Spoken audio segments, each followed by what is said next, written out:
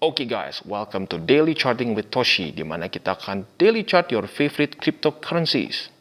Oke guys, cryptocurrency market kembali lagi hijau ya. Bitcoin nyaris 45.000 US dollar, Ethereum sudah di atas 3.000 dolar, bahkan di 3.100 dolar sekarang. Cardano sudah aman di atas 2 dolar. Binance sudah sampai 400 dolar, kemarin 300-an terus ya. Dan selanjutnya, dimana kita bisa lihat kemarin cryptocurrency market itu paling rendah seingat gue sampai 1,7 triliun US dollar. Sekarang sudah mencapai nyaris 2 triliun lagi. Jadi congratulations buat kalian yang sudah buy the dip, dimana mungkin di Bitcoin kalau yang sudah berhasil beli di 40 ribuan, Ethereum di bawah 3 ribuan, Cardano di bawah 2 dolar. Sekali lagi congratulations, gitu ya. Dan kita bisa lihat overall cryptocurrency market hijau semua ya. Seneng ya kalau lihat hijau ya. Iyalah, kecuali kalian nge-short ya. Oke, sekarang pertanyaannya mungkin kenapa bisa seperti itu?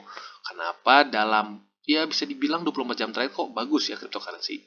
Karena salah satunya adalah ada berita dari Jay Powell, yaitu Jerome Powell, dia itu adalah sekarang the Federal Reserve Chairman ya, di mana dia ditanya apakah Federal Reserve ada rencana untuk nge-ban Bitcoin dan cryptocurrency lainnya seperti China gitu ya. Dan dengan jelas Jerome Powell bilang dia tidak ada rencana, dan ya bisa dibilang bukan cuma dia, tapi Amerika Serikat tidak ada rencana untuk nge-ban Bitcoin dan cryptocurrency. Jadi ya ini mungkin dianggap sebagai satu hal yang bullish, makanya banyak orang yang cryptocurrency market bereaksi lah dalam kutip seperti itu ya. Jadi mungkin ini salah satu pergerakan dari Amerika supaya ya gini loh, sebenarnya China itu sudah berapa kali mau nge-ban cryptocurrency gitu ya, dan terbukti nggak efektif juga begitu ya. Jadi malah cuma membuang kesempatan untuk bisa dalam tanda kutip make money dalamnya gitu. Dengan China nge-ban cryptocurrency berarti ya bisa dibilang pemasukan dari cryptocurrency di China ya jadi hilang begitu kan. Tapi kalau di Amerika ya dia menurut gue pribadi ya mereka nggak mau rugi gitu. Mereka masih tetap mau ambil keuntungan dari cryptocurrency markets. Dan menurut gue it's a smart move from US ya. Oke, dan selain dari itu juga Menteri Keuangan dari Amerika Serikat yaitu Janet Yellen mensupport untuk menghilangkan debt ceiling. Dimana debt ceiling ini simpelnya adalah Amerika Serikat ingin mengontrol hutang mereka begitu dengan cara mereka akan mengurangi spending. Nah, menurut Janet Yellen, apabila Amerika melakukan itu, Amerika bisa beresiko untuk gagal bayar bunga. Gitu ya. Jadi dengan ini gua bisa berspekulasi nih.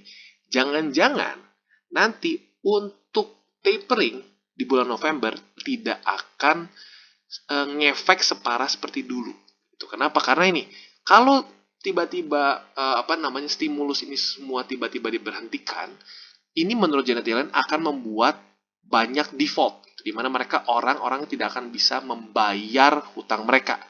Gitu. Jadi karena seperti ini otomatis spending atau ya money printing akan terus berjalan. Ya, pelan-pelan mungkin pasti tetap akan dikurangin tapering, tapi tidak akan seagresif mungkin dulu 2013. Dan ini good news untuk kita para trader kripto. Gitu ya. Karena kenapa? Ya, kripto ini bensinnya adalah apa? Inflasi. Apabila orang takut terhadap inflasi, orang berpikir inflasi akan semakin parah, ya cryptocurrency cenderung naik. Gitu. Dan apa yang membuat inflasi parah? Ya government spending. Gitu. Di mana mereka akan ngeprint uang untuk bisa spending. Gitu ya. Jadi ini quite a good news for cryptocurrency.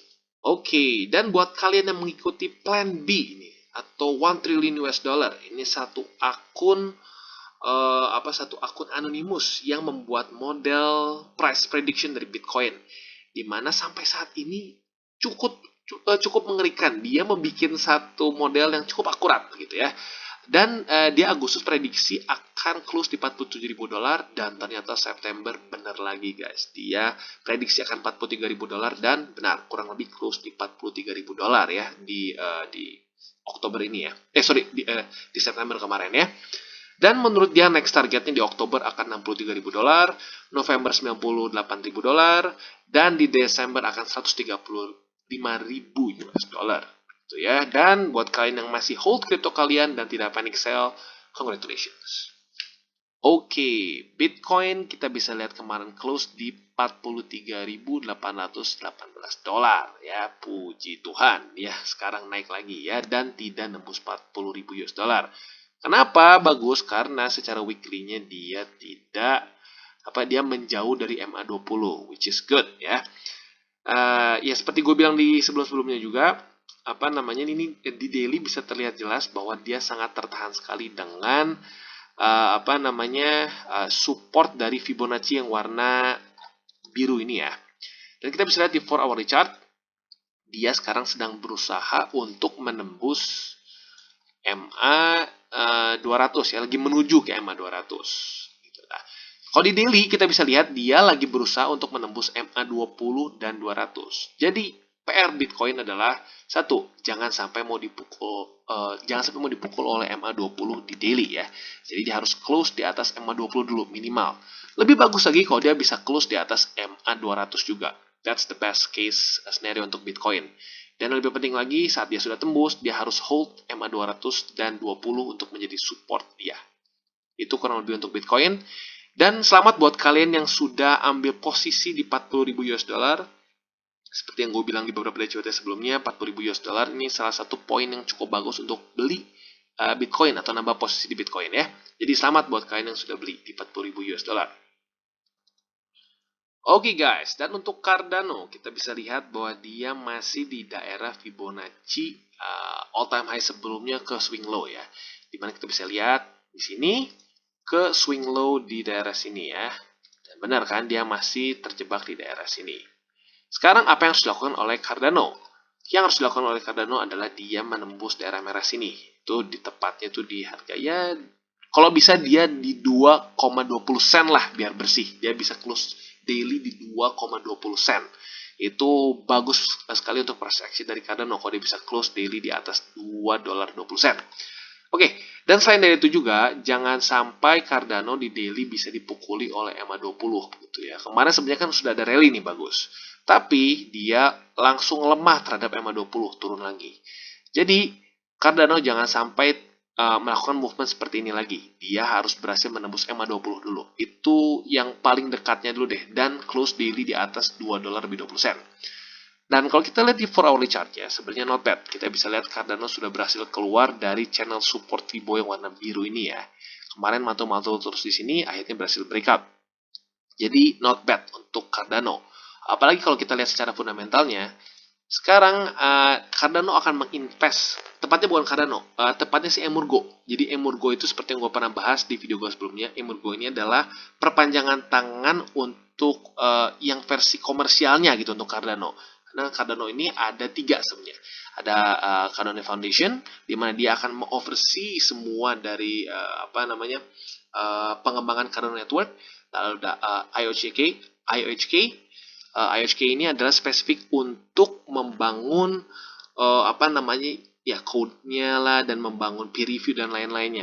Nah, Emurgo ini adalah perpanjangan tangan mereka untuk dalam dunia komersialnya. Dan dia sedang menginvest sebesar 100 juta US dollar untuk nge-boost program-program DeFi, NFT, dan juga blockchain education untuk di Cardano Network. Nah, otomatis it's a bullish news for Cardano. Jadi itu mungkin akan cukup menjadi momentum untuk Cardano bisa menembus price point yang tadi gue bahas, $2,2 dan di atas dari 20 daily MA. Jadi itu kurang lebih untuk Cardano. Dan kalau buat beli sih sebenarnya menurut gue kemarin ya di $2. Kemarin sempat turun lebih dari $2. Selamat buat kalian yang berhasil nge-catch ADA di bawah $2 ya. Dan buat yang kalian belum sempat, ya kita tunggu lagi ya, kita tunggu lagi konfirmasinya. Jadi yang paling penting seperti gue bilang, daily harus di atas dari MA20 dan juga kalau bisa close daily juga di atas 2,20 sen. Itu kurang lebih untuk Cardano. Oke, setelah bahas Cardano, enaknya langsung lanjut ke Coty ya. Dimana kalau kita lihat simpelnya menurut gua Coty ini masih terlalu overheated ya buat kita tambah posisi. Karena dari MA20-nya pun masih cukup jauh ya. Kita lihat overextension-nya itu 32%. Gitu. Jadi kalau kalian ambil posisi di sini, ada kemungkinan dia bisa koreksi 32% ke bawah. Just not really that good. Gitu ya. Dan apa namanya, walaupun di sini ada support Fibo, gue lebih prefer untuk dia lebih dekat dulu ke EMA 20. Bisa ya dia konsolidasi dulu dari sini, pelan-pelan 20-nya naik ke atas dan terpantul lagi ke atas, atau bisa juga dia tembus dulu ke bawah dan mantul di EMA 20 dulu di daily. Gitu ya. Jadi di antara dua itulah ya. Nah, kalau kita lihat di 4 hourly chartnya, dia sebenarnya sekarang lagi ketahan sama EMA 50 dan si ini support Fibo yang kemarin gue bahas ya. Nah, sebenarnya boleh nggak kalian nambah posisi? Ya boleh-boleh aja. Gue bukan ortu lu juga. Lu mau tambah juga terserah gitu. Nggak perlu izin gue. Tapi, kalau lu masuk di sini, ya masuknya sangat-sangat agresif sekali. Karena kenapa? Ya seperti yang gue bahas berkali-kali ya. Di daily-nya dia masih sangat tinggi gitu. Masih sangat overheated menurut gue. Jadi saran gue sih lebih baik. Andaikan lu mau apa ya, mau sampai ambil posisi pun lebih baik kata gue pantulan EMA 200 gitu ya. Di 4 hourly chart. Atau ya lebih bagus lagi ya, seperti yang gue bahas tadi ya, tunggu sampai menekat dulu di daily. Gitu karena sekarang daily-nya pun kurang lebih di daerah yang sama dengan ini ya, 200 MA-nya di 4 hourly. Gitu. Jadi Kuti lebih baik nunggu dulu sampai mendekati EMA 20 di daily. Itu simpelnya ya. Oke, selanjutnya Avalanche. Ini udah cukup lama gue nggak bahas ya. Karena kemarin banyak yang request ada BNB, DOT, dan lain-lain, jadi gue nggak bahas dulu Avalanche. Nah, sekarang hari ini gue mau bahas dulu mengenai Avalanche ya. Dimana kita bisa lihat EMA 20 kembali lagi cukup menjadi daerah support yang cukup kuat untuk AVAX ya. Dimana kita bisa lihat dengan jelas price actionnya menunjukkan bahwa 20 ini bereaksi gitu dengan 20. Dia sempat turun ke bawah dan naik lagi ke atas gitu ya.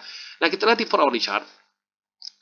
Dia sekarang sedang ya bisa dibilang konsolidasi lah di sini ya, dimana dia masih nggak mau turun tapi naik pun masih belum cukup momentum gitu kasarnya. Nah, buat kalian yang ingin nambah posisi, amannya seperti apa? Kalau menurut gua sekarang setup yang cukup bagus adalah kita tunggu sampai MA 200 lebih dekat ke running gitu ya, dimana sekarang ada di sekarang sih masih cukup jauh ya, masih di sekitar $56. Jadi kita tunggu dulu sampai runningnya lebih si running price-nya lebih dekat ke EMA 200 dan tunggu di pantulan 200. Kalau bisa ada confluence juga dengan support Fibo yang warna biru ini. Gitu. Jadi masuk dulu ke sini terus ke pantul ke atas, itu setup yang menurut gua cukup bagus gitu ya. Jadi kurang lebih Avalanche seperti itu. Dan kalau masuk di 200 ini mungkin ya masuknya ke inilah, masuknya lebih ke mid lah ya, nggak ekstrim agresif tapi nggak juga super konservatif gitu ya. Jadi ya medium risk lah gitu ya. Kurang lebih itu untuk Avalanche. Oke, dan untuk Solana kita bisa lihat price range-nya masih di daerah situ ya, antara 148 dengan 127. Sekarang yang kita lihat adalah apakah si resisten ini akan cukup kuat atau dia akan tembus ke atas ya. Nah, ini kita bisa jadi moment of truth gitu ya. Andai kan dia sampai turun lagi di resistensi ini, ya ini berarti ada kemungkinan Solana akan konsolidasi dulu di daerah sini ya, mantul-mantul terus ke sini. Mungkin mirip seperti contohnya kayak Shiba ya, walaupun Shiba nggak kira-kira udah panjang banget ya, di daily-nya udah wah berapa hari itu basically, bahkan berapa bulan di daerah situ-situ saja. Nah, buat kalian yang short term traders, andaikan ini terbukti resisten lagi, nah ada kemungkinan kita bisa buka posisi di bawah sini gitu ya, karena seperti yang gue bahas kemarin, not bad secara risk reward ratio-nya ya. Dimana kalau kita ambil week sini, targetnya ke sini, ya, oke, target ke sini, itu masih 1 banding nyaris 2 lah, 1, ya dibulatin lah ya, nyaris 1,2. Jadi still not bad buat kalian yang ingin ambil short term trade di sini ya. Buy di support sini dan sell di resistance sebelah sini. Tapi dengan catatan ya, sampai nunggu dulu ini konfirmasi nggak ini resisten lagi. Gitu ya. Oke, itu kurang lebih untuk Solana. Untuk long term investment sih boleh-boleh saja. Sama menurut gua ambil juga di daerah support sini lah gitu ya. Jangan sampai ambil di resisten ya, konyol kalau seperti itu ya. Jadi kurang lebih itu untuk Solana. Dan ya kurang lebih seperti itulah. Price action-nya sedikit boring. Oke, dan terakhir kita ada Ethereum, di mana kita sudah bahas di daily charting Satoshi sebelumnya, di kemarin dan kemarin lusa, bahwa terbentuk pola double top di sini ya, jelas sekali double top, clean. Tapi biasanya double top seperti ini, dia ke sini dan turun. Tapi nggak turun guys, ternyata dia naik dan berusaha untuk mendekati ke top sebelumnya. Nah, sekarang akan ada dua kemungkinan. Yang pertama adalah, andaikan dia ya gagal gitu ya di sini, dia nggak berhasil nembus ke sini dan turun, ya berarti double topnya masih still in action gitu ya. Atau mungkin malah bisa juga masuk lebih ke triple top ya, kalau betul seperti itu. Nah, tapi kalau dia berhasil tembus dari sini, boom, ke atas sini, mantul di 200 mungkin ya. Nah, berarti Bitcoin bisa lanjut ke atas. Kenapa? Karena double topnya jadi invalid gitu ya. Dan itu malah bisa jadi peluang buat kita ambil posisi. Nah, ambil posisinya gimana? Andaikan seperti ini. Harganya dia sudah naik ke atas. Set, tembus, jangan beli langsung waktu di sini, jangan. Kita beli saat dia retest, dia turun ke bawah lagi dan mantul di daerah sini. Sini di mana? Sekitar 3151. Loh, tadinya kan resisten. Kenapa beli di resisten, bro? Justru dia yang unik dari ini unik dari teknik analisis. Tadinya resisten, tapi saat tembus, dia bisa saja berubah menjadi support. Nah, jadi ini yang unik dari teknik analisis. Yang tadinya lawan, bisa menjadi kawan di sini gitu ya. Oke, jadi gitu ya, salah satu entry buat kalian yang mungkin nambah posisi Ethereum dan ingin ya punya setup yang cukup bagus gitu ya. Jadi bisa beli di pantulan dari si resisten di sini. Kalau dia berhasil tembus ya, dengan catatan kalau dia berhasil tembus. Oke, kurang lebih seperti itu untuk Ethereum. Dan jangan lupa guys, semua di Daily Charting with Toshi ini sifatnya adalah edukasi, bukan financial advice. Jadi jangan lupa untuk manage your risk, do your own research, dan juga jangan lupa jangan pakai duit panas. Oke guys, sekian dari segmen Daily Charting with Toshi. Apabila segmen ini bermanfaat, boleh share dengan teman-teman, dan jangan lupa untuk like, subscribe, klik the bell icon, dan see you on the next videos.